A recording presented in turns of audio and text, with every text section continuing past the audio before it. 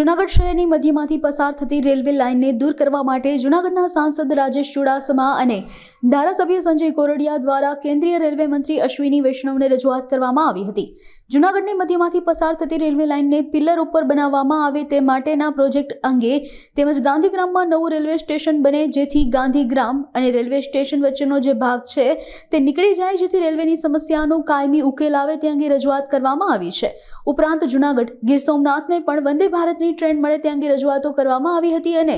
લાંબા અંતરની ટ્રેનોના સ્ટોપ અંગે પણ રજૂઆત કરાઈ છે। રેલવે મંત્રી દ્વારા આ પ્રશ્નોને લઈ અધિકારીઓને સૂચના પણ આપવામાં આવી હતી। દિલ્હી ખાતે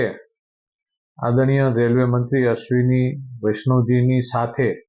સાંસદશ્રી અને અમે બંનેએ જૂનાગઢના રેલના પ્રશ્નો અંગે રજૂઆત કરી હતી। ખાસ કરીને જૂનાગઢ શહેરની વચ્ચેથી નીકળતી જે રેલવે લાઇન છે એમાં એક વખત જે પિલર ઉપર બનાવવાની વાત હતી તો એમની સાથે એ કામ અટકેલું છે, એમની ચર્ચા અને એમની સાથે એવું પણ કહ્યું કે ગાંધીગ્રામની અંદર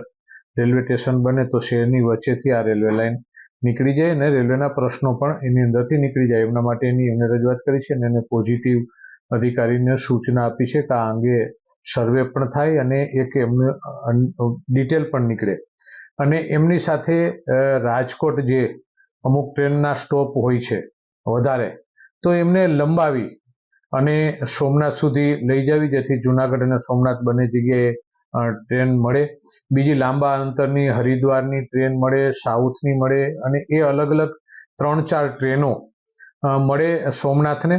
અને એમને જૂનાગઢ સ્ટોપ હોય અને કદાચ રાજકોટથી અમદાવાદ વચ્ચે રેલવે ફ્રિકવન્સી વધારે હોય અને જગ્યા ન હોય તો હવે બ્રોડગેજ લાઇન જેતલસર, લાઠી, ચિત્તલ, ધોળા, ઢસા થઈને એ રૂટ પણ બ્રોડગેજ બની ગયો છે ને એ છે તો અમરેલી, ભાવનગર અને બોટાદ જિલ્લો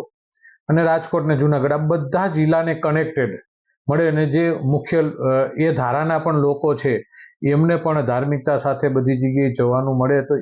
એની અંદર પણ એમને પોઝિટિવ વાત કરીને વિચારીને કીધું છે એ પણ અંદરથી નવું કરશે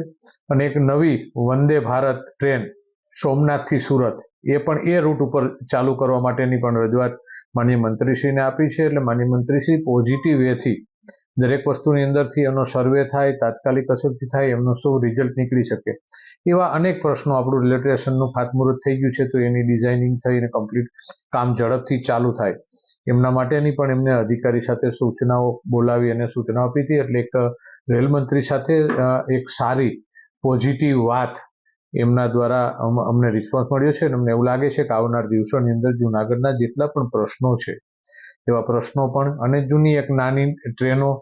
ભુજ સોમનાથ પણ શરૂ થાય, અલગ અલગ સોમનાથ ભાવનગર પણ શરૂ થાય, દ્વારકા સોમનાથ પણ ચાલી રહ્યું છે તો એ પણ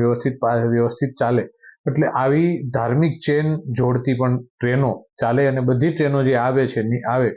એમના જૂનાગઢ સ્ટોપ હોય